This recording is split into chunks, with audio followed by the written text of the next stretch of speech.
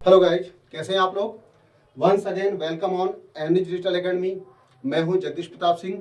हम आप लोगों को लेके आए हैं आपकी जेई मेंस और एडवांस की प्रिपरेशन के लिए हर चैप्टर को छोटे छोटे सब टॉपिक्स में ब्रेक करके उनके हम लेक्चर्स की सीरीज आपको प्रोवाइड कर रहे हैं।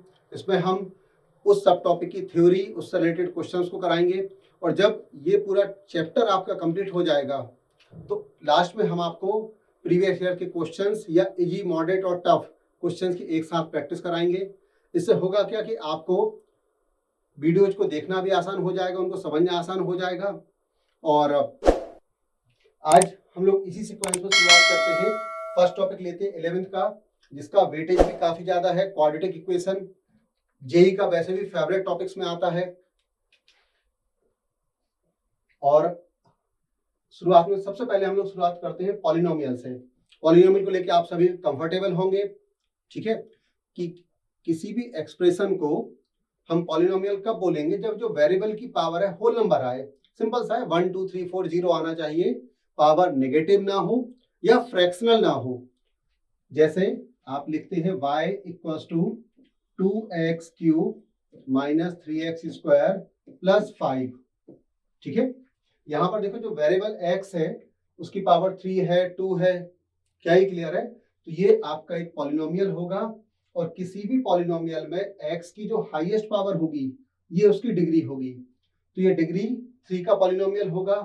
वही यदि आपने मान लो ऐसा लिया होता y equal to 2x square minus 3 upon x plus 1, ठीक है, तो ये पॉलिनोमियल नहीं होगा, क्योंकि डिनोमिनेटर में जो x है जब आप इसको ऊपर ले जाएंगे तो x की पावर क्या होगी, -1। और मैंने आपको बोला कि पॉलिनोमियल के लिए वेरिएबल जो है, वेरिएबल की पावर होल नंबर होनी चाहिए, ठीक है, नेगेटिव इंटीजर ना हो कभी और साथ में फ्रैक्शनल ना हो। तो यहाँ पर x की पावर -1 आ रहा है, इसलिए ये पॉलिनोमियल नहीं है। ऐसे ही आपने लिया y equal to 3x plus 2 under root x plus 5, ठीक है, तो ये भी पॉलिनोमियल नहीं होगा, क्योंकि यहाँ पर x की पावर क्या है, 1/2। आई होप पॉलिनोमियल को लेके आप कंफर्टेबल होंगे। फिर भी आपको मैं एक डेफिनेशन बता दूं कि fx equals to an x की power n plus an minus 1 x की power n minus 1 plus an minus 2 x की power n minus 2 up to a1 x plus a1, ठीक है। ये एक n डिग्री का पॉलिनोमियल होगा। यहाँ पर a0, a1, a2 up to an, ये सारे के सारे क्या होंगे, रियल नंबर। यदि ये रियल नंबर है तो ये एक पॉलिनोमियल होगा डिग्री n का विथ रियल कोफिशिएंट। वहीं यदि ये जो कोफिशिएंट जो है कॉम्प्लेक्स नंबर है तो ये एक पॉलिनोमियल होगा विथ कॉम्प्लेक्स कोफिशिएंट, ठीक है। तो मैं एक बार फिर से आपको याद दिला दूं, सिंपल सा है, x नॉर्मली वेरिएबल x लेते हैं हम, है ना। x के टर्म में एक ऐसा एक्सप्रेशन जहां पर x की पावर क्या हो, होल नंबर हो, उसे हम पॉलिनोमियल बोलेंगे। किसी भी पॉलिनोमियल में हाईएस्ट पावर जो होगी वो उस पॉलिनोमियल की डिग्री होगी। आई होप पॉलिनोमियल को लेकर अब आपको किसी तरह का कोई डाउट नहीं होगा। अब बात आती है क्वाड्रेटिक की। Quadratic polynomial, quadratic expression and quadratic equation. तो यदि किसी पॉलिनोमियल में x की हाईएस्ट पावर 2 आ जाती है तो उसको हम बोलेंगे क्वाड्रेटिक पॉलिनोमियल। जैसे y equals to ax square plus bx plus c, ठीक है, y equal to ax square plus bx plus c where a not equal to 0। Clear है, क्योंकि बेटा यदि a 0 हो गया तब तो ये 2 डिग्री वाला टर्म खत्म ही हो जाएगा। तो y equal to ax square plus bx plus c, इसको आप क्या बोलेंगे, क्वाड्रेटिक पॉलिनोमियल, ठीक है।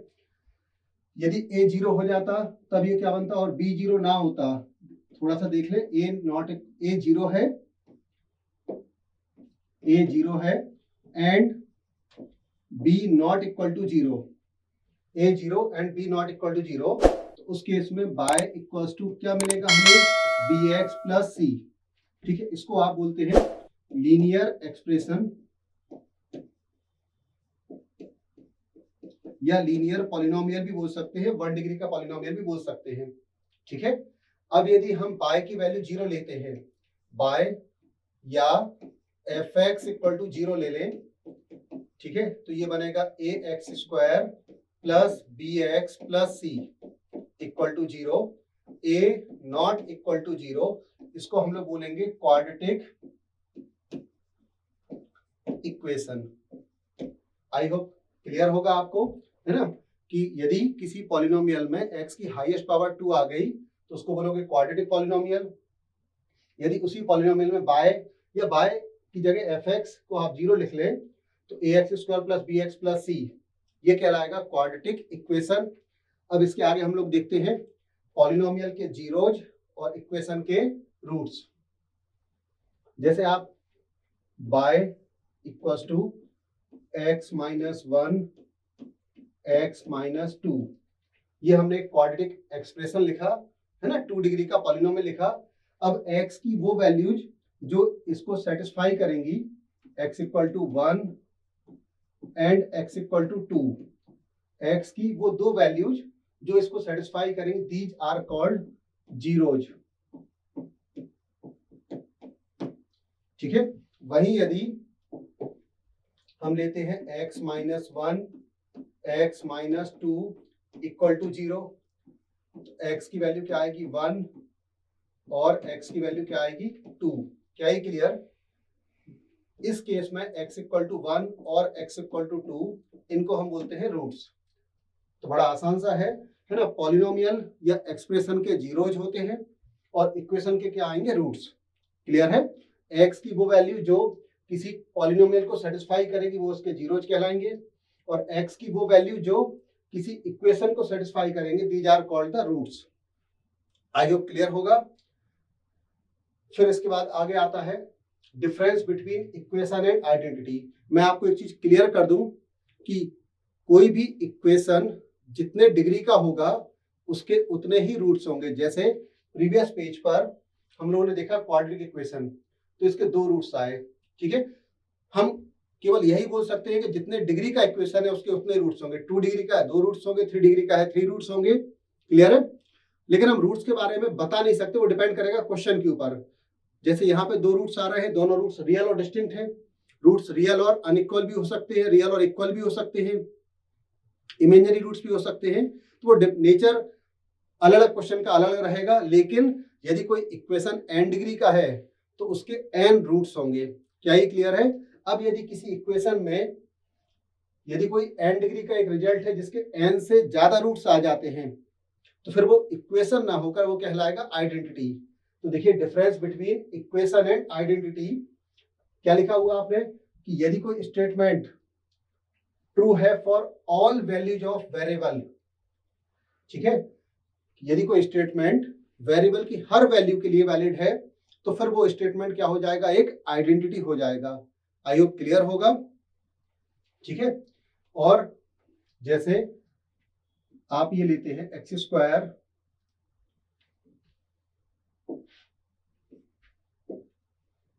x प्लस वाई का होल स्क्वायर इक्वल टू क्या होगा, x² plus y² plus 2xy।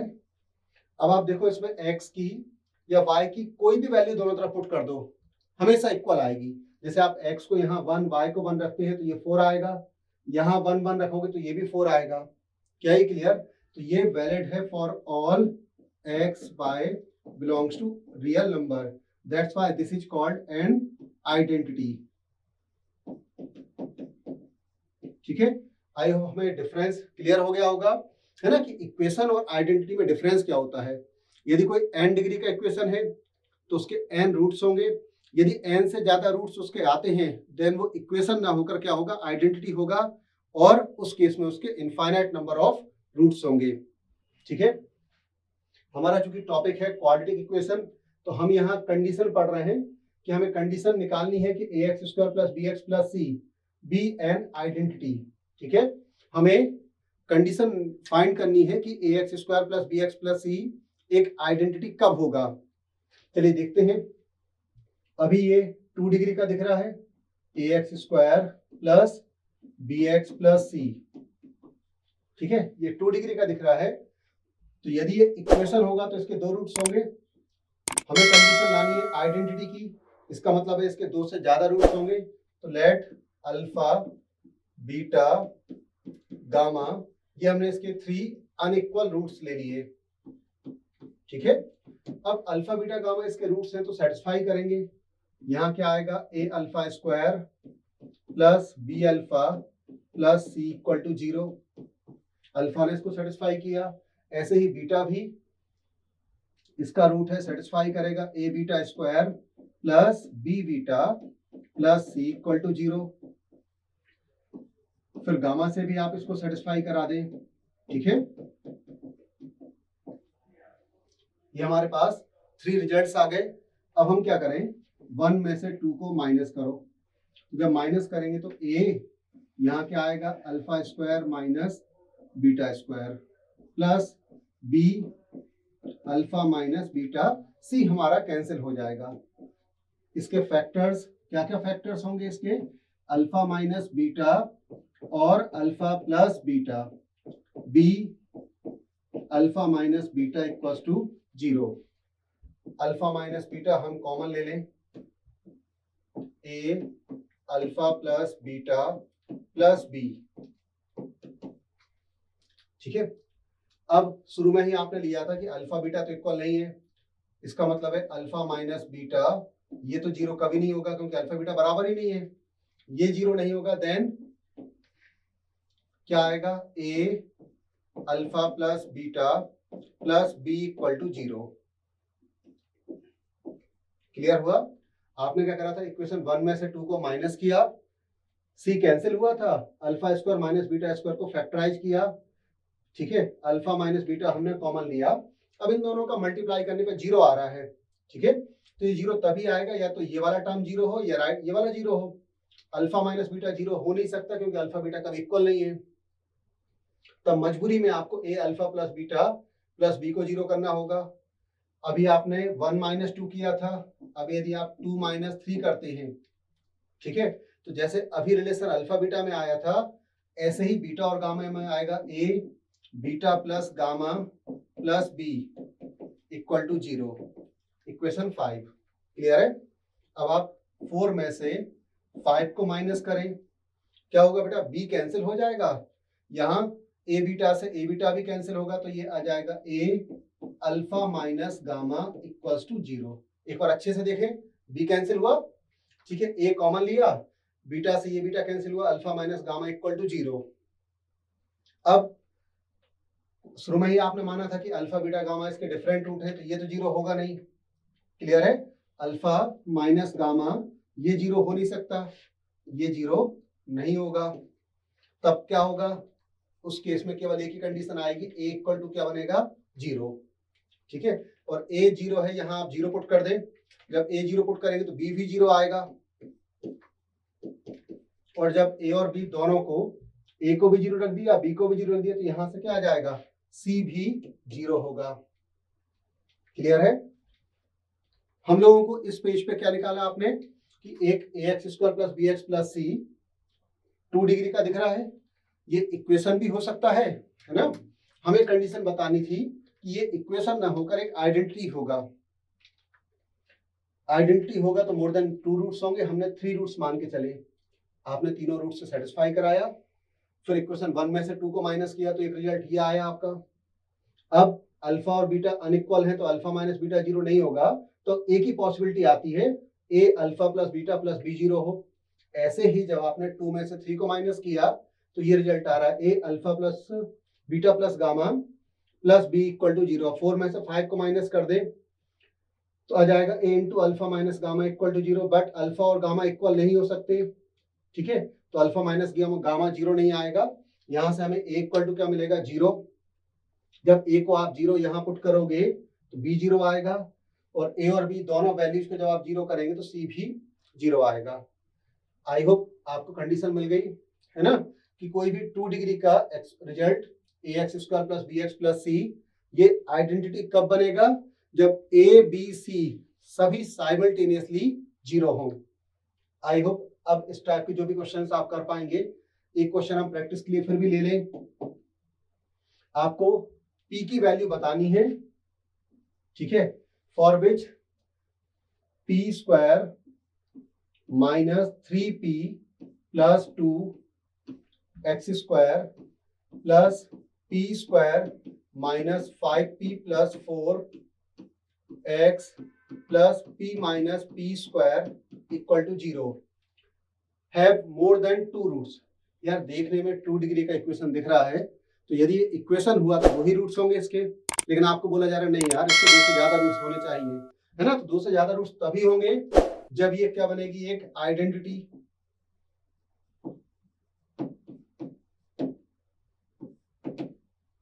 ठीक है, और हम लोगों ने पढ़ा था, मैं यहाँ साइड में आपको बता दूं कि a x square plus b x plus c equal to 0, ये आइडेंटिटी कब होगी,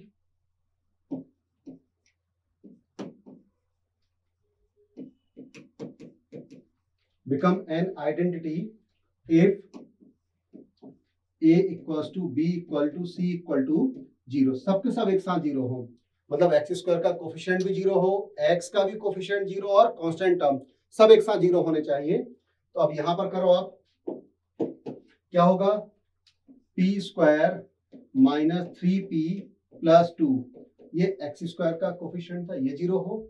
फिर इसी टाइम पर आपका P square minus 5p plus 4, ये भी 0 हो, and p minus p square equal to 0, सब एक साथ 0 हो। इसके आप फैक्टर्स कर दें, p minus 1 p minus 2 equal to 0, तो p की वैल्यू हमें क्या मिली, 1 और 2। ठीक है, इसके फैक्टर्स करेंगे p माइनस 1 p माइनस 4, तो यहां से p की वैल्यू आपको मिलेगी 1 और 4, यहाँ p 1 minus p equal to 0, तो यहां से मिला p की वैल्यू 0 और 1।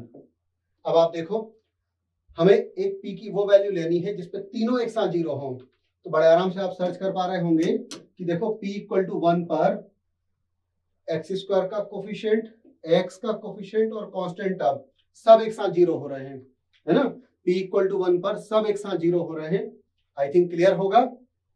तो p इक्वल टू 1 रखने पर एक्स स्क्वायर का कोफिशिएंट 0 होगा, x का भी 0 होगा और ये कांस्टेंट टर्म भी क्या हो जाएगा, 0।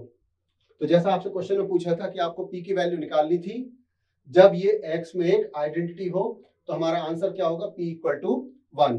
कभी भी ऐसा क्वेश्चन आता है कि आपको प्रूफ करना हो या वैल्यू फाइंड करनी हो कि ax square plus b x plus c identity है, तो आप क्या करो, एक्स स्क्वायर के कोफिशिएंट को 0 करें, x के कोफिशिएंट को 0 कर दें, कांस्टेंट को 0 कर दें, फिर वो वैल्यू लो जो तीनों में कॉमन आ रही हो।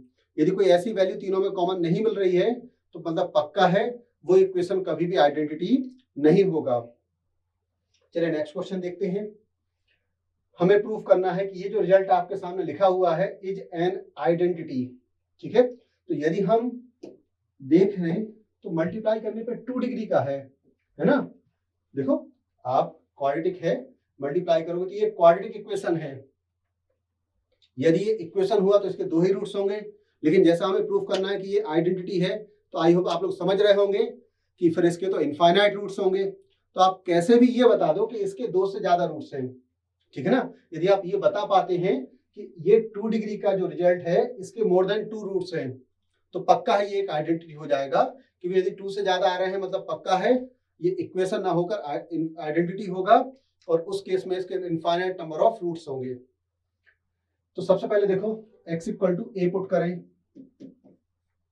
जब आप x की वैल्यू a पुट करते हैं तो जरा लेफ्ट हैंड साइड पर नजर डालो आप, ठीक है। a पुट करने पर ये वाला पूरा टर्म तो 0 होगा, है ना, a माइनस ए, फिर ये वाला भी 0 होगा, a माइनस ए 0, ये भी पूरा 0, ये बचेगा a minus b, a minus c upon a minus b और a माइनस सी। ये देखो यार कैंसिल हो गया, किसके बराबर आया, 1 के बराबर। 1 मतलब राइट हैंड साइड, इसका मतलब हुआ कि क्या मतलब निकला, then x equal to a is 1 root of equation. ठीक है, यहाँ पे एक नोट जरूर डाल देना यहाँ पे कि a not equal to b है, नॉट इक्वल टू c, क्योंकि a इक्वल टू b होने के केस में डिनोमिनेटर हमारा 0 हो जाएगा। तो x इक्वल टू a आपको समझ में आ गया, x इक्वल टू a ने इसको सेटिस्फाई किया। ऐसे ही x इक्वल टू आप b और c रख के देखें, similarly x equal to b and x equal to c. आप रख के देखो जरा, एक्स इक्वल टू बी रखोगे, ये देखो ये वाला पूरा बी माइनस बी जीरो हुआ, यहाँ भी बी माइनस बी जीरो, तो ये पूरा खत्म हो गया। यहाँ देखो बी माइनस सी, बी माइनस ए, बी माइनस सी, बी माइनस कैंसिल होके क्या आ जाएगा 1, मतलब बी भी सेटिस्फाई कर रहा है, सी भी इसको सेटिस्फाई कर रहा है। क्या ये क्लियर है? Similarly x equal to b and x equal to c also satisfy the equation। ठीक है, अब आप देखो 2 डिग्री का इक्वेशन था, आपने 3 वैल्यू तो ढूंढी दी, 3 वैल्यू आपने ढूंढी है x equal to a, x equal to b और x इक्वल टू सी। इसके 3 रूट्स तो आपने निकाल ही दिए, मतलब पक्का है ये इक्वेशन ना होकर क्या होगा आइडेंटिटी, और इसके फिर इनफाइनाइट नंबर ऑफ रूट्स होंगे। आप x की जो मर्जी आए हर रियल वैल्यू रख के आप चेक कर सकते हैं। क्लियर है? तो हमें यही प्रूफ करना था कि ये रिजल्ट एक आइडेंटिटी होगा, तो हमने 2 डिग्री का था 3 रूट्स प्रूफ कर दिए।